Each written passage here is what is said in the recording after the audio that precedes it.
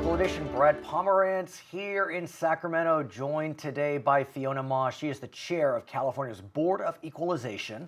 Good to see you. Thank you, Brad. This is your first year, at least California's first year, to have a dedicated earned income tax credit for California. There's a federal one, but now we have a California one. How'd it go? Yeah, so last year the governor and the legislature passed the California Earned Income Tax Credit. We follow about 20 other states that have their own dedicated tax credit for low-income working folks. We claimed there was about 365,000 families that claimed about $190 million worth of tax credits. To your mind, is that a good start? Well, it's a great start because we started late. As you know, our Right. legislative process ends in September, and the Right. governor signs the bills and takes a while Right. to roll out, and people didn't really know kind of how we were going to reach these really low-income folks because the income thresholds are pretty low. And that begs the question. That does beg the question. So right now, if you don't have a child and you make $6,580, you would be eligible for the credit. If you had one child, it'd be $9,800. And with two or more, it'd be $13,000. So if you work a full-time minimum wage job in California making $10 an hour, that still comes out to about $20,000.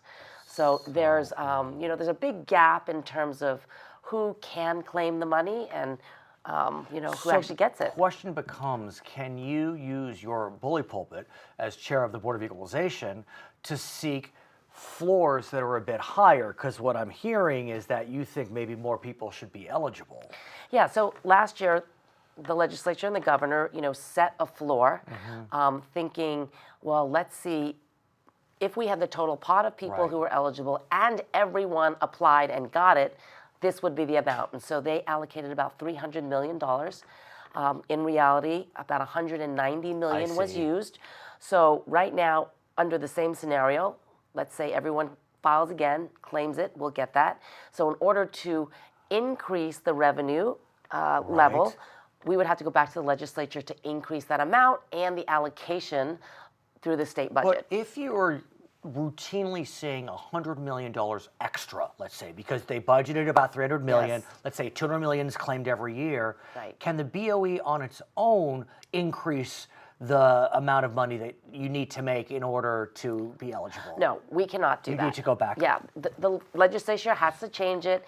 The governor has to agree to allocate more money because it's a budget issue. But what we do at the BOEs, we can just talk about it and educate and get our employees to register to prepare taxes. So is it time in your mind to go back to your friends? You were in the legislature, to go back to your friends and say, maybe we need to increase that number. It's a little low. Well, I think so. Okay. I think so. So, we're on year 2.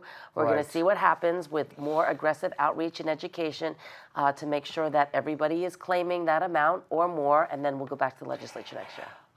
There was a lot of hoopla surrounding a proposal. You were involved in the proposal, as was Ling Ling Chang, as was Christina Garcia, dealing with what's known as the tampon tax. Yes. And women and men who buy tampons. I mean, I buy them for my wife, so there you have it. You know, I must be honest. There's a sales tax on tampons, and there was a view that there should not be a tax on such a critical product. Right. New York Times covered it. NBC News covered it. What's the update? Well, it is now on the governor's desk. Right, as we speak today. There was a lot of support in California.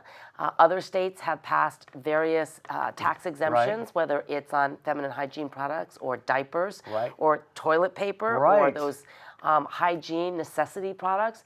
And so we're not the first state in the nation, but certainly I think enough people feel like that is the right thing to do. You mentioned diapers. Yes. We also passed a version of an exemption for diapers. Exactly. Assemblywoman Lorena Gonzalez's bill would exempt children's diapers under the age of 3 from having to pay sales tax. So it does beg the question about what we are exempting. I believe we exempt prescription drugs. We now have tampons.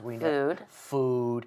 I mean, what about toilet paper, like you said, or prophylactics, condoms? I mean, should we be looking at these items?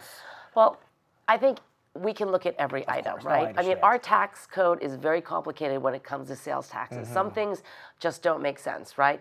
Why is Viagra not taxed, but tampons are taxed? Right. And so, the legislature over the years have made these exceptions, debated it, whether governors want to sign it, because when you do exempt a certain product, it leaves a hole in the legislature. Right, and as I in the budget. understand, that with regard to the tampon tax, will be a $20 million hole. For diapers, I think $30 million, which is a lot of money, but in the scheme of things, with a $150 billion budget or whatever it may be.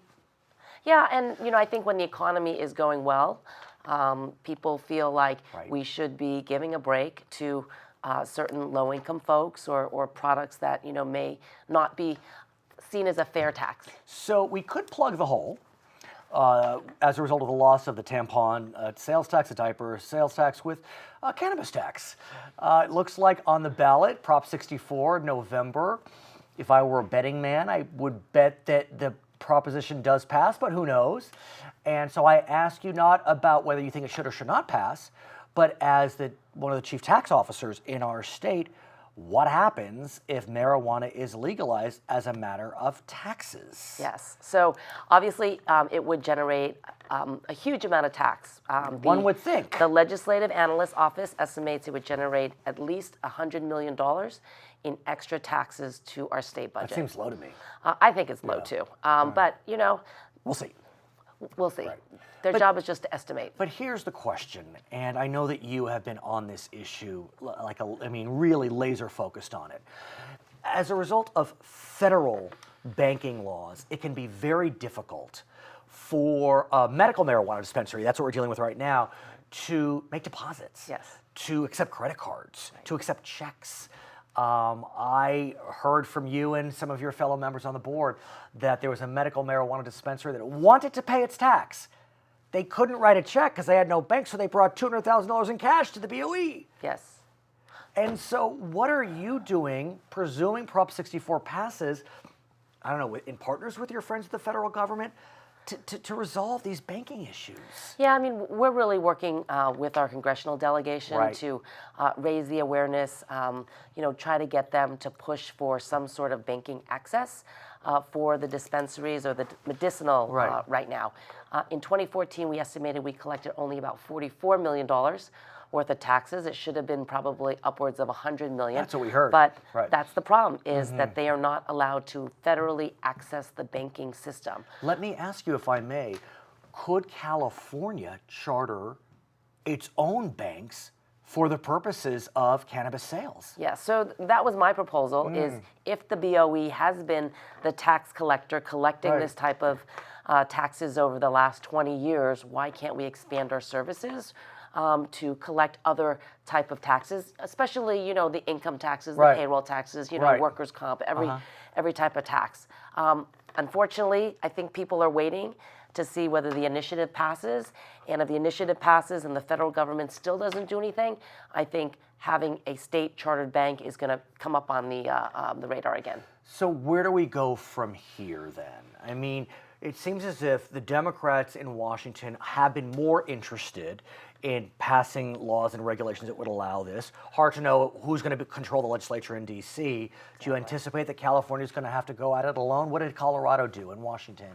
Well, everybody has the same rules because the banking system is a federal bank.